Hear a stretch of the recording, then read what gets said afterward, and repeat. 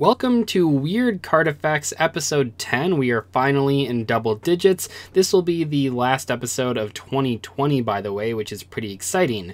We've been doing this series for about 6 months on the channel, and it's been a ton of fun. It originally started out as a way to analyze old school text and compare it to new school text, but in the later episodes, we've actually done a lot of really interesting stuff that's not quite that.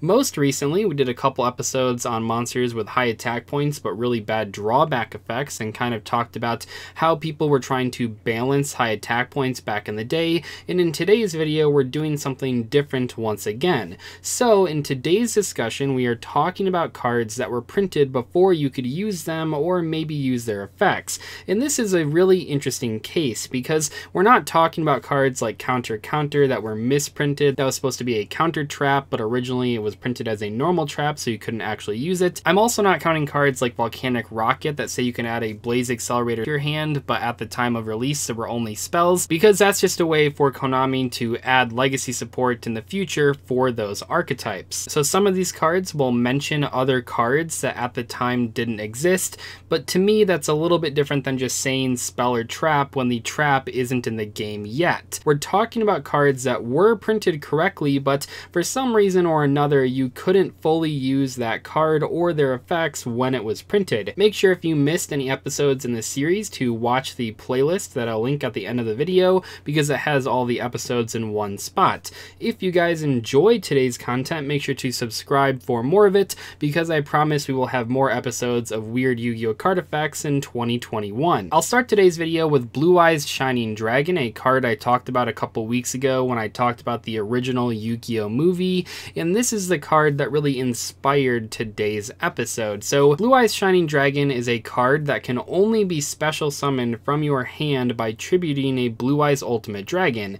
The only problem is that when this card was originally released in 2004, we were still 2 years away from Blue Eyes Ultimate Dragon's first print, which meant for 2 years after you pulled this awesome card from your Yu-Gi-Oh! Movie pack, you had no real way of summoning it. You might wonder, how did this happen? Well, as we'll find with many of the cards, but not all the cards in today's video, this happened because in the OCG, when Blue Eyes Shining Dragon was released, they already had plenty of printings of Blue Eyes Ultimate Dragon. For the TCG though, we would not see the card until 2006, which meant that you could not use Blue Eyes Shining Dragon for the first couple of years after it was released. In 2007 and 2008, we got a couple Effigy monsters in different sets, and these cards could be treated as 2 tributes for the tribute summon of a specific normal monster.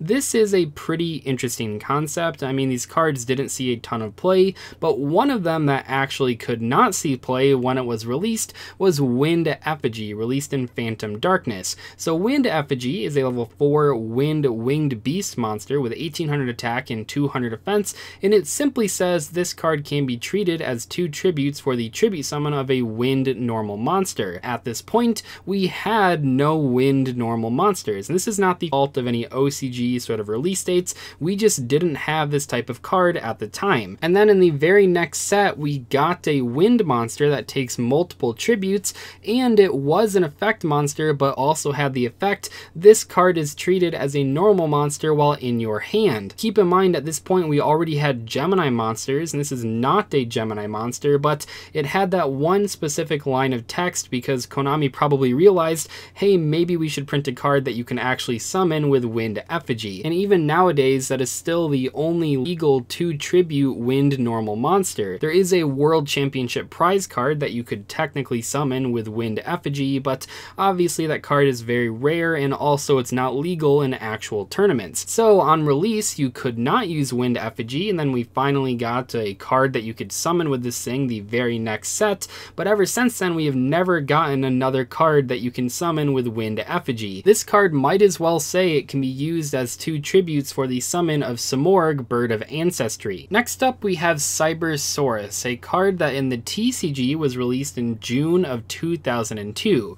Now this monster has no effect, it's just a vanilla fusion monster that takes Blast Juggler plus 2-headed King Rex.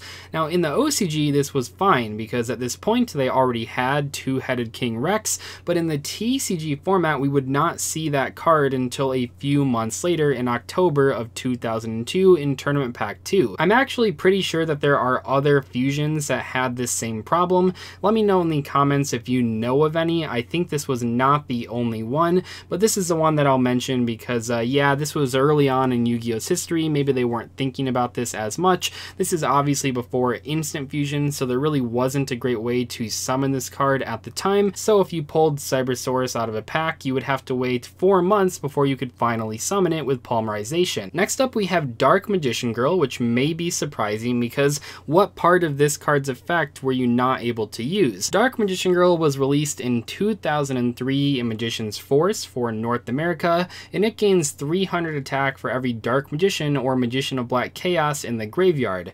The only problem? Well, Magician of Black Chaos would not be released until 2007 in Premium Pack 1.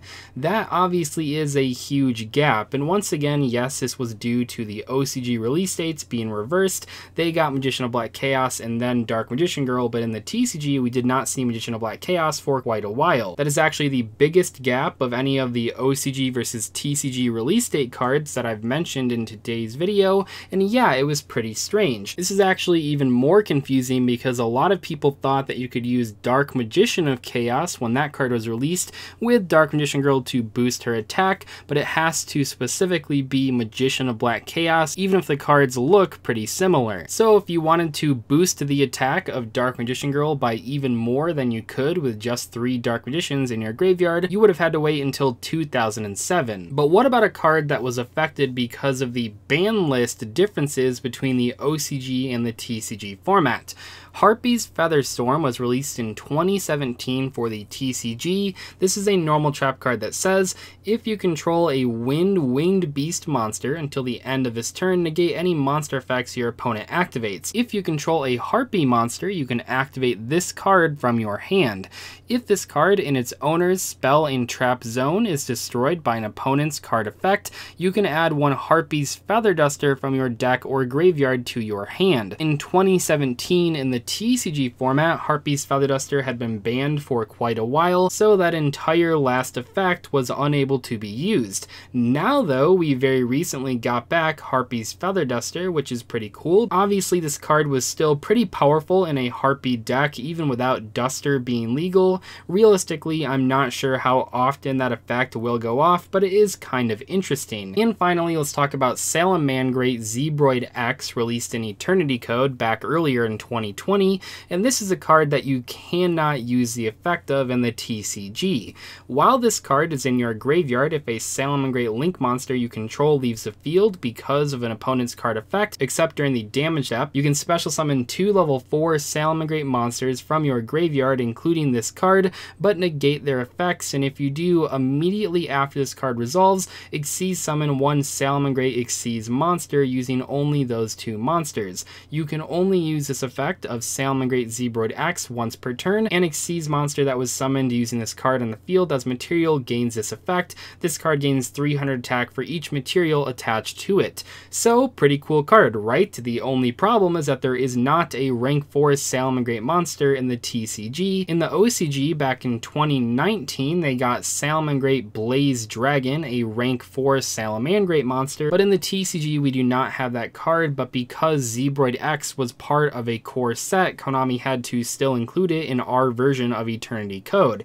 Hopefully we eventually get Blaze Dragon in the TCG so you can actually consider using Zebroid X, but for now it is basically a vanilla monster.